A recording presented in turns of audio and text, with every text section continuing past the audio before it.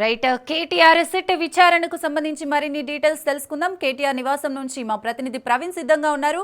ప్రవీణ్, అక్కడ సిచ్యువేషన్ ఏ విధంగా ఉంది? కార్యకర్తలు కానివచ్చు, నాయకులు కానివచ్చు, ఎవరైనా కేటీఆర్ హోమ్ కి చేరుకున్నారా? సిచ్యువేషన్ ఏంటి? ఫోన్ ట్యాపింగ్ వ్యవహారంలో మాజీ మంత్రి అయినటువంటి కేటీఆర్ ఇతని నివాసం దగ్గర ఇప్పుడిప్పుడే కార్యకర్తలు కూడా చేరుకుంటున్నారు. ఈ రోజు 9 గంటలకు ఈ యొక్క నివాసం నుండి బయలుదేరుతారు. తన నివాసం నుండి బయలుదేరిన తర్వాత 9:30 బీఆర్ఎస్ పార్టీ కార్యాలయానికి చేరుకుంటారు. అక్కడ నుండి అయితే 10:30 సిట్ విచారణకు హాజరవుతారని తెలుస్తుంది. కేటీఆర్ నివాసం దగ్గర ఉన్నటువంటి ఈ యొక్క విల్లాని చూస్తున్నాం. దీంట్లోనే ఈ యొక్క విల్లా లోపలనే కేటీఆర్ ఉన్నారు. ఇప్పుడిప్పుడే బీఆర్ఎస్ నాయకులు కూడా ఒక్కొక్కరుగా అక్కడికి చేరుకుంటున్నారు. ఫోన్ ట్యాపింగ్ కేసులో మాజీ మంత్రి BRS working president Kalvakuntla Taraka Ramarao SIT నోటీసులు జారీ చేసింది. ఈ నెల 23వ తేదీ శుక్రవారం ఉదయం 11 గంటలకు దర్యాప్తు అధికారి అయినటువంటి జూబ్లీహిల్స్ ఏసీబీ అయినటువంటి వెంకటగిరి ముందు హాజరు కావాలంటూ అందులో పేర్కొన్నారు. అయితే నందినగర్ నుంచి కేటీఆర్ ఇంటికి వెళ్లిన సిట్ బృందానికి నోటీసుల కాపీని ఆయన వ్యక్తిగత సిబ్బందికి అప్పగించారు. కండగుట్ట పోలీస్ స్టేషన్ లో 2024లో నమోదైనటువంటి క్రైమ్ నెంబర్ 243 సెక్షన్ లోపల 166, 409, 427, 201, 120 బిలో మొత్తంగా కూడా నమోదైంది. అప్పటి నుండి ఆ యొక్క దర్యాప్తు కొనసాగుతుంది. ఇందులో వెల్లడైనటువంటి అంశాల ప్రకారం మీ పాటకు సంబంధించి విచారణకు రావాల్సి ఉందని అందులో పేర్కొన్నట్టుగా తెలుస్తుంది. అయితే విచారణకు హాజరు కావాలంటూ సిఆర్పిసి సెక్షన్ 160 ప్రకారం నోటీసులు అయితే జారీ చేశారు. నోటీసులు అందుకున్న తర్వాత ఒకవేళ విచారణకు హాజరు కాకపోతే చట్ట ప్రకారంగా చర్యలు ఉంటాయంటూ కూడా స్పష్టం చేసిన నేపథ్యంలో ఈ రోజు విచారణకు హాజరవుతున్నారు. నిన్న కేటీఆర్ అయితే ఇక్కడ లేని సమయం హైదరాబాద్ లో లేని సమయంలో తిరుచిలో ఉన్న క్రమం లోపల అయితే నోటీసులు అందజేశారు. దానికి రెస్పాండ్ అవుతూ ఖచ్చితంగా ఈ రోజు విచారణకు హాజరవుతాము అంటూ కూడా చెప్పడం జరిగింది. అదేవిధంగా రాజకీయ నాయకులు ప్రముఖులు తమ ఫోన్ తో ట్యాపింగ్ అంటే నా సీఎం కేసీఆర్ ఆయన కుమారుడు అయినటువంటి కేటీఆర్ ఉన్నారని పలుమార్లు ఆరోపించారు.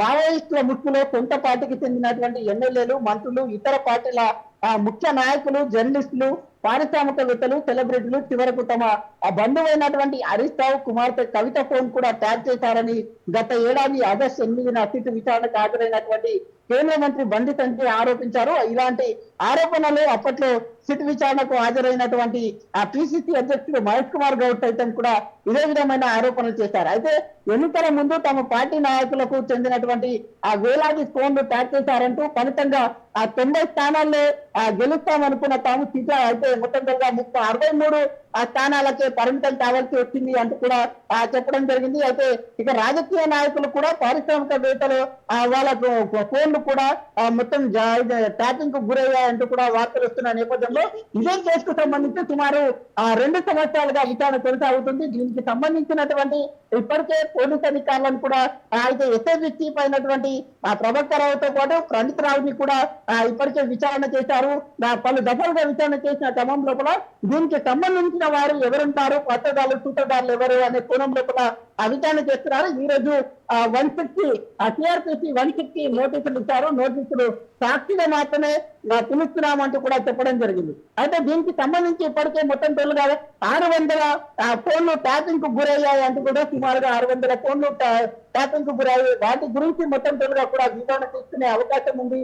అయితే మంత్రిగా ఉన్నటువంటి కేటీఆర్ పాత్ర కీలకంగా ఉంటుంది కాబట్టి ఆ యొక్క బీఆర్ఎస్ సమయంలో కూడా కేటీఆర్ పాత్ర కీలకంగా మంత్రి హోదాలో ఉన్నారు కాబట్టి ఆయనను విచారించేందుకు కూడా ఈ రోజు రమ్మని చెప్పారు. సాక్షిగా మాత్రమే విచారణ కొనసాగుతుంది. అయితే గతంలో కూడా 3 రోజుల క్రితం కూడా హరీష్ రావుని విచారణకు పిలిచారు. విచారణకు పిలిచిన నేపథ్యంలో 11 గంటలకు విచారణకు హాజరైనటువంటి హరీష్ రావు సుమారుగా 7:30 గంటల పాటుగా సిట్ విచారణ కొనసాగింది. అయితే ఈ నేపథ్యం చూసుకుంటే కనుక ఇప్పుడు కేటీఆర్ మరి కాసేపట్లో ఈ యొక్క విల్లా ఏదైతే ఉందో ఈ యొక్క విల్లా నుండి మరి కాసేపట్లో 9 గంటలకు ఇక్కడ నుండి బయలుదేరుతారు. 9 గంటలకు ఇక్కడ నుంచి బయలుదేరి ఈ క్రమం లోపలనే 9:30 వరకు అయితే బీఆర్ఎస్ భవన్ కు చేరుకుంటారు. బీఆర్ఎస్ భవన్ కు చేరుకున్న తర్వాత అక్కడ కార్యకర్తలు అయితే ఎమ్మెల్యేలు, మాజీ ఎమ్మెల్సీలు అందరూ కూడా అక్కడ చేరుకుంటారు. అక్కడ చేరుకున్న తర్వాత అక్కడ కార్యకర్తలతో అయితే చిన్న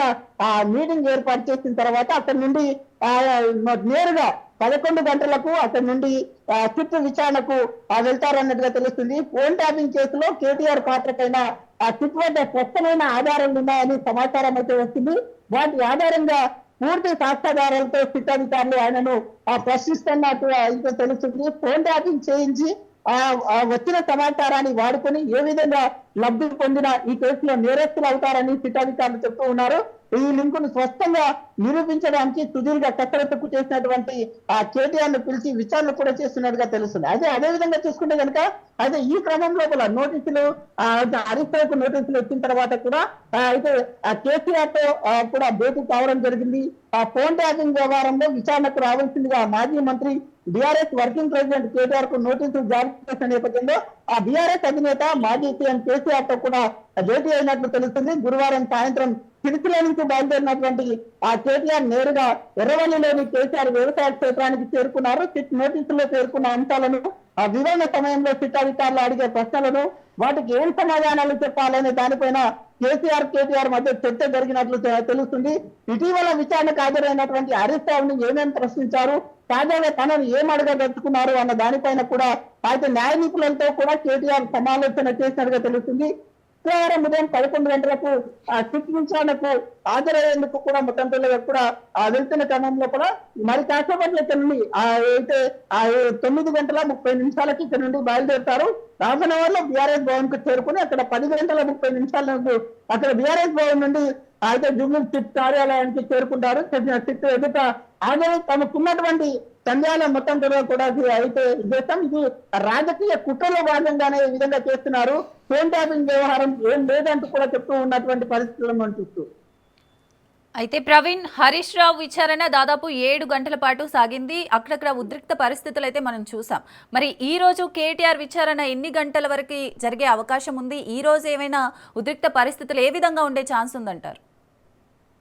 ఇప్పటికే మొత్తం చూసుకుంటే కనుక బీఆర్ఎస్ ఆ పార్టీకి సంబంధించినటువంటి కార్యకర్తలు కానీ, ఎమ్మెల్యేలు కానీ, మాజీ ఎమ్మెల్యేలు కానీ, ఎంపీలు కానీ, మాజీ ఎంపీలు కూడా అందరినీ కూడా అయితే తెలంగాణ భవన్ కు రావాలని కూడా ఒక సందేశాన్ని కూడా పంపిన నేపథ్యంలో ఈ రోజు కూడా అయితే మొత్తంగా కూడా అయితే బీఆర్ఎస్ కార్యకర్తలు భారీ ఎత్తున అయితే బీఆర్ఎస్ భవన్ కు చేరుకుంటున్నారు. మరి కాసేపట్లో ఇక్కడ కూడా అయితే హరీష్ రావుతో పాటు మరికొందరు నాయకులు అయితే ఎమ్మెల్యేలు కూడా అయితే కేటీఆర్ నివాసానికి రావచ్చునని అని తెలుస్తుంది. అయితే రావడం జరుగుతుందని తెలుస్తుంది. వాళ్ళతో అయితే వివరించిన తర్వాత ఇట్లా అయితే కేసుకు సంబంధించి ఫోన్ ట్యాపింగ్ వ్యవహారానికి సంబంధించి సిట్ వ్యవహరించవలసిన ఏ విధంగా వ్యవహరించాలి, ఏ విధంగా ప్రశ్నిస్తారు అనే కోణం లోపల ఇప్పటికే హరీష్ రావుతో పాటు అయితే మాజీ సీఎం కేసీఆర్ తో కూడా ఏ విధంగా ముందుకు వెళ్ళాలి, దానిపైన ఏ విధంగా దానికి ఆన్సర్ చేయాలనే కోణం లోపల న్యాయ నిపుణులతో కూడా మొత్తం తెలుగుగా కూడా చర్చించినట్టుగా తెలుస్తుంది. దీనికి సంబంధించినటువంటి ఇప్పటికే అయితే గతంలో కూడా ఇంటెలిజెన్స్ లో పనిచేసినటువంటి ఇప్పుడు డీజీపీగా పనిచేస్తున్నటువంటి శివధర్ రెడ్డి అని ఎందుకు ప్రశ్నించలేదు అంటూ కూడా కేటీఆర్ నిన్న అయితే మీడియా సమావేశం నిర్వహించి చెప్పడం జరిగింది. కాబట్టి అయితే అధికారుల పాత్ర కూడా అయితే ఏ విధంగా ప్రభాకర్ రావు పాత్ర గాని, ఇటు ప్రణీత్ రావు పాత్ర గాని మొత్తం తోలుగా దీనికి చూసుకుంటే కనుక వీళ్ళ యొక్క పాత్ర గురించి కూడా అయితే అడిగే అవకాశాలు ఉంటున్నాయి. గతంలో కూడా కేటీఆర్ అయితే మొత్తం తోలుగా ఐటీ శాఖ మంత్రిగా పనిచేశారు. కాబట్టి అయితే టెక్నికల్ గా సంబంధించినటువంటి కొన్ని క్వశ్చన్స్ కూడా అధికారులు అడిగే అవకాశాలు ఉన్నాయంటూ కూడా చెప్తున్నారు. కాబట్టి అయితే ఎలక్ట్రల్ బాండ్ కు సంబంధించినటువంటి విషయం కానీ అయితే ఎవరెవరు ఫోన్లు ట్యాప్ చేయించారు అనే కోణం లోపల కూడా అయితే అడిగే అవకాశం ఉన్నట్టుగా తెలుస్తుంది. అయితే గత విచారణ చూసుకుంటే హరీష్ రావు విచారణ చూసుకుంటే కనుక హరీష్ రావు ఫోన్ ట్యాప్ అయినట్టు కూడా అయితే సిట్ అధికారులు హరీష్ రావుకు చూపించారు. అయితే తన అనుచరుల ఫోన్లు కూడా ట్యాప్ అయినట్టుగా కూడా అధికారులు చూపించారు.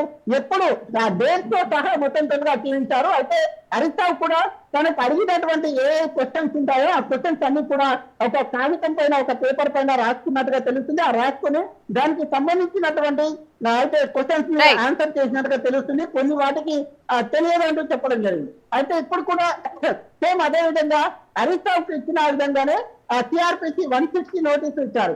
అయితే 160 నోటీసుల ప్రకారంగా చూసుకుంటే కనుక కేవలం సాక్షిగా మాత్రమే పిలుస్తున్నారు. దీనికి సంబంధించి మీ దగ్గర ఇంకేమైనా ఇన్ఫర్మేషన్ ఉందా అనే కోణం లోపలనే దర్యాప్తు చేస్తున్నారు. దీనికి సంబంధించి తెలుసా తెలియదా అనే క్వశ్చన్స్ మాత్రమే ఉంటాయి. కాబట్టి దీనికి సంబంధించి అయితే ఈ యొక్క ప్లేన్ లో బీఆర్ఎస్ హయాం లోపల ఎవరెవరు ఫోన్లు ట్యాప్ చేయించారు, ఎవరి పాత్ర ఉంది, ఎవరు చేయమంటే ఈ పని అంతా చేశారు అని ఇప్పటికే ఆ అధికారులను మొత్తంగా ప్రశ్నించారు. దీంట్లో ఉన్నటువంటి Right. అధికారులను అందరూ కూడా ప్రశ్నించారు. కొంతమంది ఆ రాజకీయ నాయకులను కూడా ప్రశ్నించారు. ఇటు అయితే ఎంపీలను కూడా ప్రశ్నించారు. ఈటల రాజేందర్ని కానీ, అదేవిధంగా కొండ విశ్వేశ్వరరెడ్డి కానీ, ఈ విధంగా అదేవిధంగా కాంగ్రెస్ పార్టీలో ఉన్నటువంటి అయితే అధ్యక్షుడైనటువంటి అయితే మహేష్ కుమార్ గౌడ్ ని కానీ, ఈ విధంగా అందరూ కూడా ప్రశ్నించారు. వీళ్ళందరూ చెప్పినటువంటి ఏవైతే ఉన్నాయో వాళ్ళ స్టేట్మెంట్ ఆధారంగా ఈ రోజు KTR right, thank you Praveen.